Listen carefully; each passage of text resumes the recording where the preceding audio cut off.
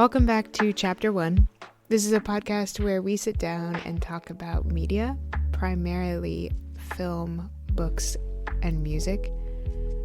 And we analyze them through a lens of the human connection and life as we know it. Today we're doing an episode that's a little bit special because it's different than everything else we've done and kind of contradicts exactly what I was saying just now about reviewing film. Although it doesn't at the same time. But today we're talking about a TV series. Today we're talking about Severance. If you have not seen any episodes of Severance and you're listening to this podcast, I highly recommend you turn this episode off. Just go out and watch the TV show for yourself before you get my opinion on it, because it is something that feels very special for our modern media times. Severance is labeled as a thriller, although I like to think of it as a thriller, horror, sci-fi, fantasy kind of mix.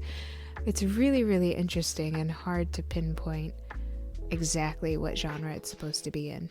It was created by a human named Dan Erickson, who has a master's degree in filmography, and he was inspired by the current corporate culture, and I'm assuming in America. When I first was introduced to Severance, it was the year that it came out, which was 2022, and honestly, I wrote it off. I think I saw the trailer. And as soon as it ended, I was like, oh, this is just about some people that work in an office and they're trying to find work-life balance. And I kind of wrote it off because that seems like something that we all go through, so it didn't feel very compelling to me at the time. It started to gain traction a few months ago, right before season 2 released, and so that's when I decided to kind of dip into it. I was looking up what the TV show was about, and I read the description, which read something along the lines of, we follow characters who have had a surgical operation to sever their work memories from their personal life memories. And as soon as I saw the concept of having surgery to sever two different parts of yourself from each other, I was hooked. And I was absolutely done for after I watched the first episode, because the writing, the dialogue, the acting, the setting, it's all just so good. This is directed by Ben Stiller, who, if you're not familiar with him, from my experience, operates mainly in comedy. So it's really fun to see him kind of stretch his legs into a different genre, and I'm not sure if he's done this before, but I like the idea of being able to flip-flop between two almost extreme genres. You know, they're the opposite of each other, horror and comedy. Although some people like to blend those genres, and for some reason it just doesn't work in my brain. Sometimes I'll give a little giggle to horror and comedy, but honestly it's something that I steer so far away from because, I don't know, I don't like to have fun or something. But I think Ben Stiller did a really nice job directing the majority of these episodes. He is the primary director, but there are other directors that step in occasionally. So Severance it's different. I do really love horror. I think horror is a lot of fun, but Severance feels like it does horror just a little bit differently than the rest of the world, because the writing keeps you in this state of mystery for the majority of season 1. And like the description says, we follow these characters who are part of this company called Lumen Industries. Lumen Industries claims that they are helping the greater good. And part of the company has had this operation, and they're kept on a certain floor called the severed floor. And on that floor, there are different departments. So the entire floor has had this operation, but they're all operating in different departments within the company. And then the company has many floors to it, so additional departments, all of that good stuff. But the floors that do not fit on the severed floor are also not severed. So we have an entire company that is aware of this concept that these people have half of their memories just completely shut off from them. It's so interesting. And at the beginning of the season, we find out that what it feels like is these severed characters wake up and go to sleep at work. So if you think about it, how they illustrate that in the show is that there's a process that they have to go through in order to enter and exit the building, or the floor, I guess. And it's really interesting to think about, and totally creepy to think about when I'm processing it now. To think about being at work 24/7, and that's all your life ever is, because you can't remember what happens when you leave a building, is awful. It's an awful feeling to me. And the people who are severed understand that they have entire lives outside of their work. And in the beginning of the season, they are completely accepting of that and actually feel somewhat happy to be at work, because they're being told that their efforts are being put towards the greater good. Now, the characters that we follow are part of a department that cleans up data. They're not sure what the data translates to. They have no idea why they're cleaning it up. They have no idea what the cleaning up process does, so it could be anything. And partway through the first couple of episodes, someone mentions that they're cleaning this data, but they have no idea what's going on with it. And someone mentions that they could be killing people when they're cleaning this data, because they have no idea what it's attached to. And it's such an interesting concept. And the fact that they're also happy to be there and to be doing it and to not be questioning it, because, it's set up like a corporation, and it's very generic office feel. So you go into this sterile room with cubicles, and everything is just so minimalistic, and sterile is the best way that I can describe it. It's just so boring and drab, and there are no windows, and it's all those fucking lights that suck that I can't remember the name of right now, but you know what I'm speaking about, the ones that they put into schools that are awful. Why do we do that to ourselves? Anyway, so you kind of understand the setting that I'm laying out for you here. One thing that I will say about the setting that I really, really enjoy, and I'm such a sucker for this, is that they weave in technology from different times. So there's some intelligence behind that, because it does keep the viewer in an additional layer of mystery. Because if you can't pinpoint when this is happening, it's hard to feel good about it. If it's modern, great. Our brains can operate in that modern setting. But when it's left in this place of mystery, it can be kind of confusing, and I always think that confusion leads to being disoriented, and then we're kind of a little scared. So not just the setting, but it's just all of it's so thoughtful, and I love the idea of the setting being an additional layer of the confusion that the viewer is being kept in. But I also love the aesthetic of it. Like, they have chosen to mix modern technology, like there are smartphones and all this other stuff. But there is also tech from like the 70s, and that's what these workers work on. It's very simple, basic keyboard and basic monitors that display this data. And all of the data is displayed in just numbers. And the way that they're told to clean the data is through an emotional reaction that they have, which I love. That is such a unique concept to me, something I haven't seen in media before, and certainly not in horror. I really like it, and it also brings another layer of mystery. Like, in a world that is so dedicated to complexity and shiny objects, it almost does bring in another layer of confusion when something is so simple and plain.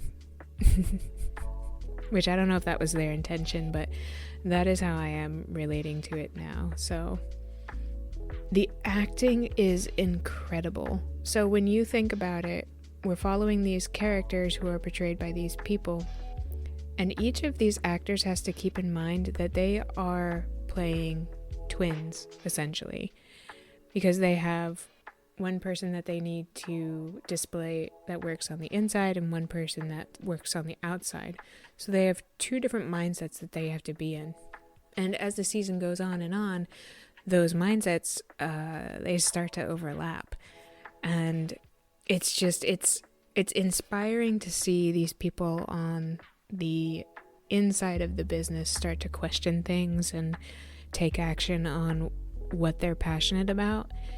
But it's so interesting because these characters, the ones on the outside, have agreed to do this. This isn't something that they've done against their will. It's something that they've agreed to and signed contracts for and all of that. So they're willing to do this. And so the idea of these characters on the inside who never technically signed up for this type of life are now like, no, we need to rise up and figure out what the heck is going on here. It's very corporate, and like I said, the setting is very sterile and bland, but they're also kind of motivated in this setting to get their work done by small gifts and stuff like that. It's very like pizza party, casual Friday feeling. And so in the beginning of the season, the workers are pretty happy to be there, which is, it's so creepy because we understand what's going on as the viewers. It's so creepy. But if you think about it truly, if you had no idea what you were doing at work and you got to experience everything on the outside, would you even question it? If you were told that you were doing well and work, quote unquote, seemed to be going good, then would you question it? If you're getting consistent paycheck and benefits and all that stuff, how would you react? For me, I have such a desire to have a strong purpose with the work that I do. So I don't know, I guess it depends on the life that I had led prior to signing up for this type of work, but I think I would struggle with it because I like to connect my life to my work in one way or another, and I'm happy to say that I can do that. So as we're meeting these characters and as we're getting to know them, each one of them has a different story, and each one of them has a reason why they have decided to be severed. And the main character that we do follow is named Mark S. He's played by Adam Scott, who I know primarily from Parks and Recreation, which is a funny show as well. So it's interesting to see someone come from comedy and into horror, just like Ben Stiller did. Mark S. is really, really complex. And as a side note, Adam Scott does such a good job portraying this character. It's wild to see. So we learn that Mark S. has gone through a quite terrible loss and is working through his journey with grief.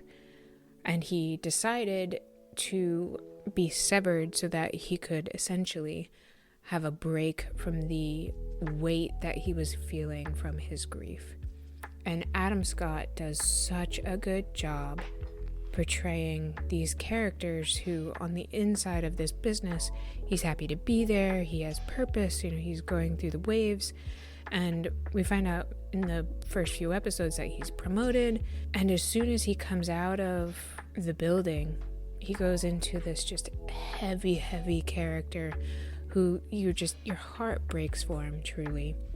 And if you've ever experienced a massive loss or any loss at all, you can understand why someone would want to go through this. I'm about 8 months into my journey with a massive loss, and I can't say that I would steer away from an opportunity like that. As humans, we all experience grief in one way or another, whether it's a person or a pet or a relationship or whatever, what have you. We all walk through it, and I think that it was so smart of this writing team to reveal that that's what Mark S. is going through, because it's something relatable. Grief can be really sad. Loss can be really detrimental. So it is interesting to think about a creative team getting together and potentially utilizing that connection that we all have and writing about it, and writing such an interesting story, and a story that is marketed as something totally different. I wouldn't really assume that this story, or I didn't assume that this story was about grief at all. I just thought it was some kind of like horror, sci-fi, strange plot. And as they reveal each character's reason for being severed, it has become more and more clear that these characters have been through some kind of loss. So I think it's really smart. I think it's really human. I think it's really in tune on a lot of different levels. I think a lot of us, especially in America, have experienced this overwhelming feeling in the corporate industry that we don't belong there. And we're seeing it a lot lately. And what's also interesting is that this TV series was released in 2022, which happened right after the pandemic. And from my very small perspective, the pandemic awakened something in the human race and gave us the opportunity to look at our lives and see what else we can do. And I think that it's interesting that this came out only 2 short years after we all went through that collectively. So we've kind of gone over a little bit of the plot of season 1. I don't want to get into too many deep details because I do want you to go out and just check this thing out. It will pull your heartstrings. It will make you question a lot of things. It will scare you. The way that they handle horror in Severance is really subtle. Not only is it dredging up these emotional reactions that we're having as human beings towards career and grief and life itself, but it also pulls in a creepy factor. And what I like about the way that they handle horror is that it's thoughtful. It feels intentional. And every time you are introduced to a little creep factor, it does pull you right out of what you're experiencing, which I think is so smart. It's almost like a horror palate cleanser because you're deep in these emotional reactions to these heavy concepts, and then you're reminded that this is supposed to be a thriller, and they just do it so well. The way that they handle it is smart. It almost reminds me of David Lynch's Twin Peaks, where it's just creepy enough that it contracts your system and you're like, oh, that should not be there. I do not like this. I need to get away from it. It's just smart, and I really enjoy it. Another fun tidbit about Severance is that Odessa, who we did an episode on a few episodes ago, they are an electronic dance music artist, and they feel like they do really intentional music. They have actually released an album with music for Severance on it. Now, I'm not sure. I actually haven't listened to it, which is shocking. But no, that's not true. I've listened to one track from that album because I listened to it before its full release. And it was really interesting. It is definitely an Odessa sound, but I definitely want to take a look at it after I'm done watching season 2. Season 2 came out earlier this year, and I'm about halfway through it right now, and it is getting crazy. Like, I'm really excited to see what they do with this TV show. I believe season 3 has been approved. I believe, don't quote me on that. But the way that they've opened up this world that is so relevant to what's going on right now in our world is just thoughtful and feels intentional, and I'm so happy to see it blow up.